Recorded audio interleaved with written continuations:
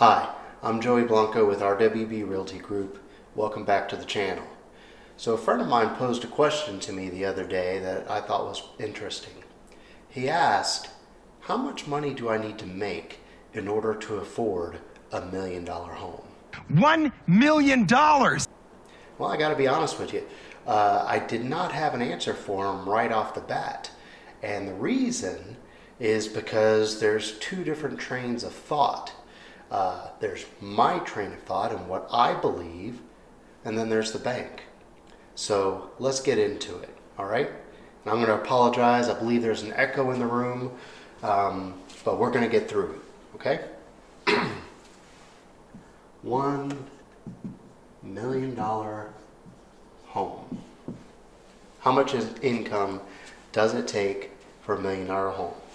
Okay. So let's assume the interest rates are the same as they are right now. Okay, we're going to go 7%. Yikes. All right, now this is also assuming that you've got 20% down. So on $1 million home, you're financing $800,000 and you're going to put $200,000 down. At 7%, the principal and interest only, and I did the math ahead of time so I wouldn't have to show you my math skills, $53.22 a month. Okay? That's just principal and interest. Taxes, it's going to be $708. That's per month. Insurance, we're looking at $500 a month. For a grand total, $65.30 per month is going to be your house payment. Now, these two items, taxes and insurance, of course, are going to vary widely depending on where you live. I'm here in Oklahoma, so that's what I did for the taxes and the insurance. Taxes. Okay, now if you live in California or Florida, it's going to be way different. California, the taxes are going to be much higher. The insurance could be much higher. In Florida, the insurance will definitely be much higher. So keep that in mind. This is just, we're kind of ballparking it. This is just for fun, all right? Now let's do 3%. Now I know what you're saying. We haven't seen 3% in a little while now. Hasn't been a long time. I mean, a year ago we saw 3%. It feels like a long time. Okay? So $1 million at 3%, principal and interest, you'd be happy to know, is sitting at $33.72. Okay? Nope, messed up there. All right, $33.72. Taxes, we're going to do the same because those aren't going to change because I'm in Oklahoma, and insurance is going to be $500. Okay, we run that math real quick. $4,580. I mean, a difference between interest rates today and interest rates just a year ago added around $2,000 to your house payment on $1 million home. Okay, so now we see what the payments are depending on the interest rate that we get. Now, here's the question. I was going to say here's $1 million question, but I won't do that to you. How much income does it take? Okay, I'm going to go my way. Okay, and I believe that your house payment should be no more than 25% of your take-home pay. All right? So let's say you make $178,000 a year. Well, your take-home pay, now this is going to be depending on your deductions and so forth. This is just a rough wag based on the tax rates for this income bracket. Okay? So on $178,000 worth of income, you are looking at, I already did my calculations, $148,000 of take-home pay, okay? Or $12,333 a month. All right, 25% of that equals $3,083.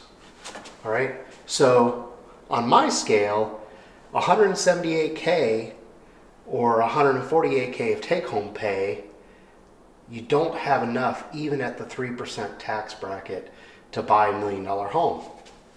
Now, let's look at $250,000. If you make $250,000, your take-home pay is going to be around $202. Okay, 202 comes out to $16,833 a month of take-home pay. 25% of that is $4,208. $4,208. Now, still, you'd say, well, that's not quite enough. But you know what? I mean, we're dealing in broad terms here. So, yes, I would say if you made $250,000 a year, that you could responsibly purchase $1 million home. Anything under that, and I think you'd really be pushing it. A couple of things that you're going to need to think about. Before I go there, what does the bank say? Well, the bank uses debt to income ratio. Now, let's just assuming that you're responsible and you have no debt. I'm not saying that you don't put money on a credit card and pay it off every month. That, in my terms, is no debt. You're paying that credit card off every month. You do not carry a balance. Let's say you have no car payments. You have no reoccurring credit card payments that you're carrying the balance from month to month.